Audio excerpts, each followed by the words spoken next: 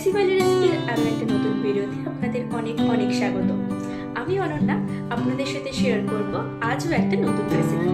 তো কী রেসিপি সেটা জানার আগে যারা আমার চ্যানেলে নতুন রয়েছেন, যেসব নতুন বন্ধুরা আমার চ্যানেলটি আজকে প্রথমবার দেখছেন, তাদের সকলকে রিকোয়েস্ট করব প্লিজ আমার চ্যানেলটা সাবস্ক্রাইব করে দেবেন এবং তার পাশে থাকা বেল আইকন প্রেস করে দেবেন যাতে ভিডিও নোটিফিকেশনটা একদম মিস না হয়। আমার চ্যানেলে কিন্তু প্রত্যেক দিনই নতুন নতুন রান্নার রেসিপি আপনাদের সাথে আমি শেয়ার করব। আপনারা কোন রান্নার রেসিপি দেখতে চান সেটাও কিন্তু আমাকে অবশ্যই কমেন্ট করে জানাবেন। আমি চেষ্টা করব সেই রেসিপিটা আপনাদের জন্য শেয়ার করার। তো চলুন দেখে নেওয়া যাক আজকের রেসিপি গাজরের হালুয়া আমি কি করে বানাচ্ছি। এখানে আমি 1 কিলো গাজর নিয়েছি, তার খোসা ছাড়িয়ে ভালো করে পরিষ্কার করে ধুয়ে নিয়েছি। এই গাজরগুলোকে এবার গ্রেট করে নেব গ্রেটারের সাহায্যে। দেখুন গ্রেট করে নিয়ে এসেছি। এবার একটা কড়াই আমি বসিয়ে দেবো গ্যাসে এবং কড়াইতে 1 টেবিল চামচ মতো আমি সাদা তেল দিয়ে দেব। তাতে ফোড়ন দেব একটি তেজপাতা এবং একটি ফাটানো এলাচ। এরপরে আমি গাজরগুলোকে দিয়ে দিচ্ছি সামান্য একটু ভাজা ভাজা করার জন্য।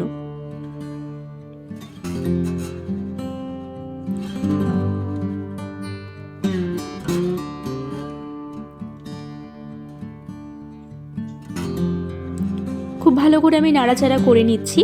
এবার এতে দেব 1/2 কাপ মতো জল, যাতে গাজরটা খুব ভালোভাবে সেদ্ধ হয়ে যায়। এই জলটা দিয়ে ভালো করে আমি একটু নাড়াচাড়া করে নেব। এবার আমি এখন ঢাকা দিয়ে দেব মোটামুটি 10 মিনিটের জন্য।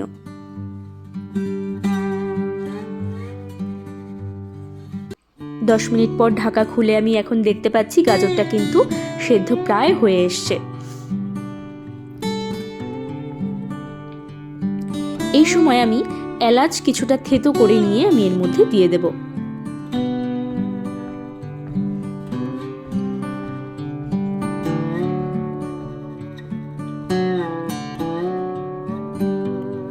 এটাও খুব ভালোভাবে মিশিয়ে নিচ্ছি। এবার দিয়ে দিচ্ছি পরিমাণ মতো চিনি। এখানে আমি 1 কিলো গাজরে আমি এখানে দিয়ে দিচ্ছি 1 কাপ চিনি। আপনারা চিনির পরিমাণটা কম বেশি কিন্তু করতে পারেন আপনাদের স্বাদ অনুসারে। চিনিটা খুব ভালোভাবে মিশিয়ে দেওয়ার পরেই দেখতে পাবেন চিনি থেকে কিন্তু জল বেরোতে শুরু করে দিয়েছে।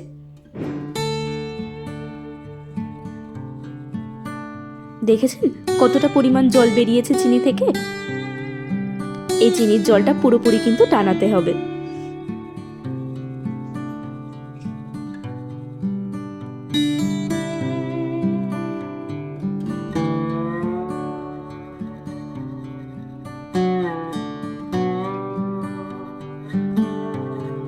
এবার আমি অ্যাড করব গুঁড়ো দুধ। এখানে আমি 2 টেবিল স্পুন মতো গুঁড়ো দুধ এখানে ব্যবহার করেছি। গুঁড়ো দুধ দিলে এই যে চিনির যে জলটাও খুব তাড়াতাড়ি টেনে যাবে এবং এটার স্বাদটাও কিন্তু ভীষণ ভালো হবে। আপনারা কিন্তু এই পার্টটা স্কিপ করবেন না। চাইলে কিন্তু গুঁড়ো দুধের পরিমাণটা একটু বাড়িয়েও দিতে পারেন। এবার আমি দিয়ে দিচ্ছি কুচনো কাজু এবং কিশমিশ। আমার ঘরে খুব বেশি কাজু কিশমিশ ছিল না, তাই পরিমাণটা এখানে আমি অল্পই দিয়েছি। আপনারা চাইলে কিন্তু অবশ্যই পরিমাণটা বেশি দিতে পারেন। গাজরের হালুয়াটা কিন্তু অলমোস্ট রেডি হয়ে গেছে। খুব ভালো করে নাড়াচাড়া করে নিচ্ছি। জলটাও দেখতেই পাচ্ছেন শুকিয়ে এসেছে। এই শীতের বাজারে গাজরটা কিন্তু ভীষণ সহজলভ্য, তাই আপনারাও কিন্তু এই চটজলদি গাজরের হালুয়া রেসিপিটা একদিন অবশ্যই বাড়িতে বানিয়ে দেখবেন। ভালো লাগলে অবশ্যই একটা লাইক করে দেবেন। চ্যানেলটা সাবস্ক্রাইব করতে কিন্তু একদম ভুলবেন না।